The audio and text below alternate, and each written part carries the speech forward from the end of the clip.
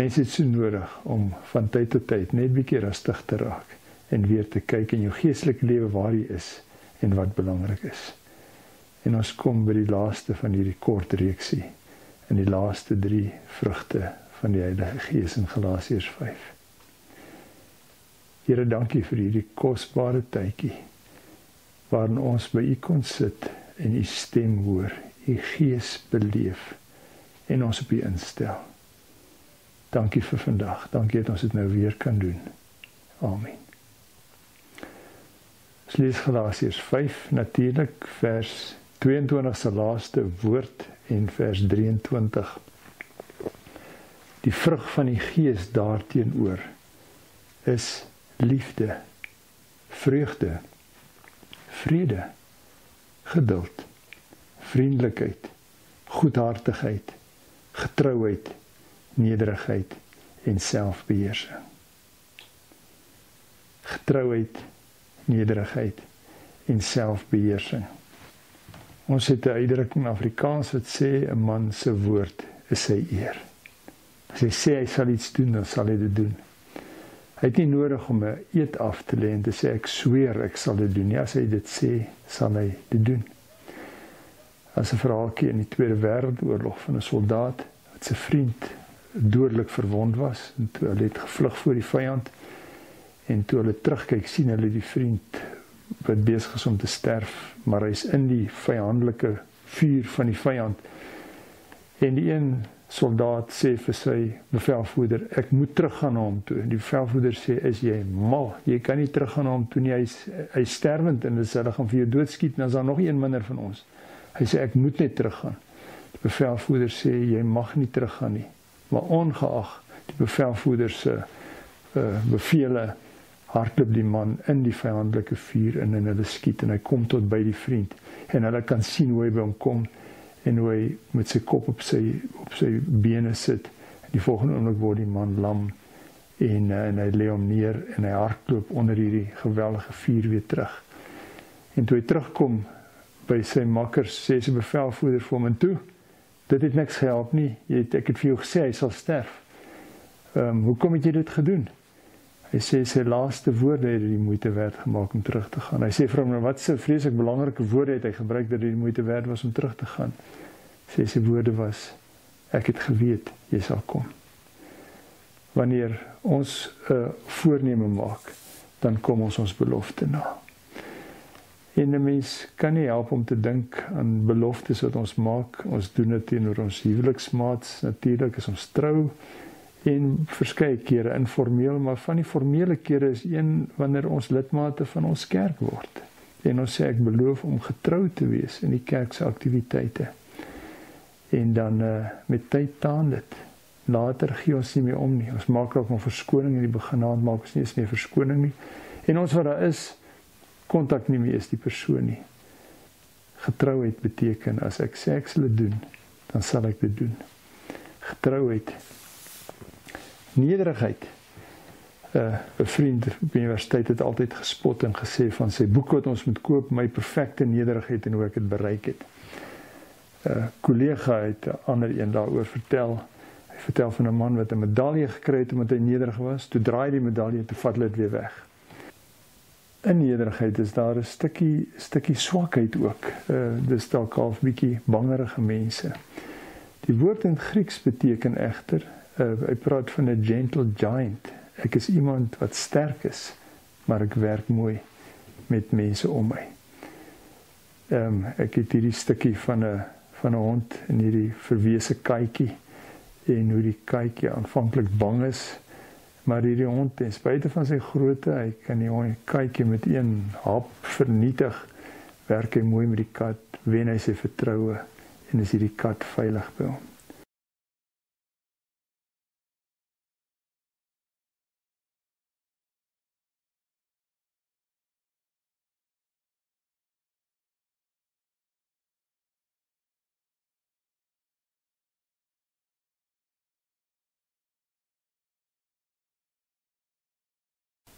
En dit is wat nederigheid is.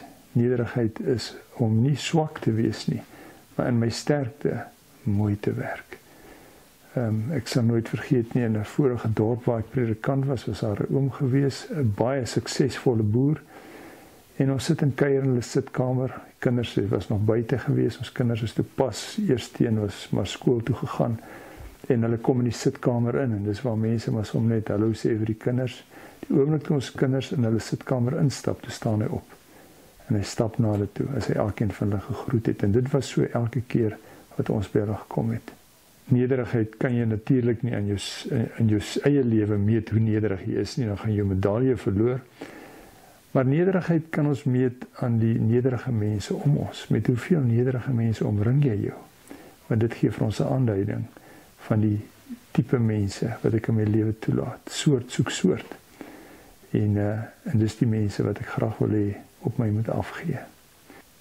Die derde een is selfbeheersing. En dit is interessant dat hierdie in die lys in Galasiërs 5 haal.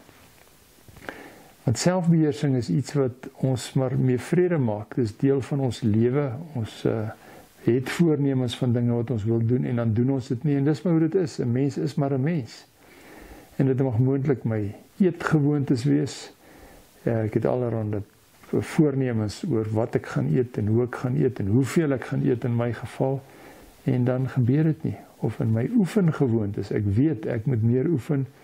Maar as dit 'n bietjie koud raak of ek is nie meer lus nie, dan los ek dit maklik. Of in ons persoonlikheid, ons meerdak. Ek weet ek moet nie kwaad word nie, maar min is nodig om die vuur in my aan te steek. Of in my ongeduld.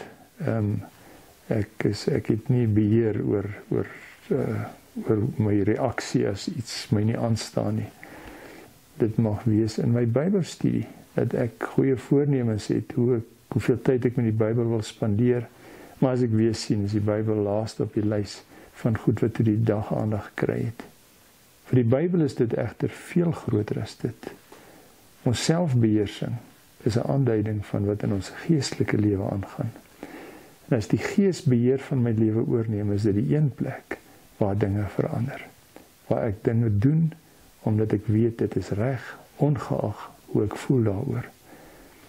En die bekende marshmallow eksperiment, natuurlik het 'n ondersoeker kleuters geneem en hulle by 'n tafel gesit en op die tafel is net 'n marshmallow en dan het hy vir hulle gesê, ek gaan nou loop en as jy die marshmallow wil eet, is jy welkom en dan kan jy maar gaan. Maar as jy kan wag tot ek terugkom en die marshmallow nie eet nie, gee ek vir jou nog een. Nou ja, hy staan uit die vertrek uit, hulle weet nie wanneer hy terugkom nie. En dit was interessant om te sien. Party het onmiddellik die marshmallow gevat en hom geëet en dan het hulle geloop. Ander het 'n rukkie gewag en rondgekyk en weer na die marshmallow gekyk en dan het hulle hom gevat en hom geëet. Van hulle het hulle gebreek om hom nie te eet nie. Allerhande moeite gedoen. Party het op hulle hande gesit, party het hulle aandag probeer aflei. En dan het van hulle dit reg gekry om te bly totdat hulle terugkom, dan het hulle 'n ander marshmallow gekry. En dan het hulle hierdie selfde kinders gevolg in hulle lewe verder as jong kinders en later as tieners en jong volwassenes. En die wat hulle beloning kon uitstel, die wat selfbeheersing gehad het beter gevorder in die lewe. Hulle was meer suksesvol. Hulle het beter verhoudings met ander mense gehad. Hulle het meer selfvertroue gehad. En daarom is selfbeheersing 'n belangrike aanduiding van wie in beheer van jou is. Nou ons het na hierdie 9 dinge gekyk. En die doel is nie maar om hierdie 9 dinge net te doen, het ons al gesê, ongeag wat dit van my vra nie. Die doel is om hierdie as 'n toets te gebruik van waar staan dit in my lewe met die beheer van die Gees oor my lewe. En dis waar Pinkster gaan. Pinkster is 'n geleentheid waarin ons aktief die beheer van ons lewe aan Jesus teruggee. Hy het dit oorgeneem toe ons lewe vir hom gegee het. En met tyd het ons dalk begin taan, dalk het ons dit van die begin af verkeerd verstaan. Maar nou het ons 'n kans om die lospunte bymekaar te kry. En ek gaan 'n gebed begin. En hierdie gebed gaan ek nie amen sê nie. Jy gaan aan met die gebed. Word net stil.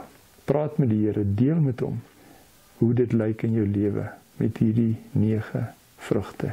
Hierdie een vrug eintlik is die 9 verskillende vrugte nie, is 9 fasette van dieselfde vrug. Die Bybel praat net van vrug. Praat met die Here oor hoe sy beheer in jou lewe lyk. En op jou eie tyd kan jy die gebed klaarmaak en afsluit. Here, as ons nou voor U stil word, dan weet ons dat dit geweldig belangrik is. Ons kan maklik van koers afgaan, ons kan maklik taan, maar ons wil nie. U is kosbaar. Ons weet dat U beheer alles wat ons nodig het. En daarom vra ons dat U nou met ons sal praat. Ons wil die beheer aan U teruggee.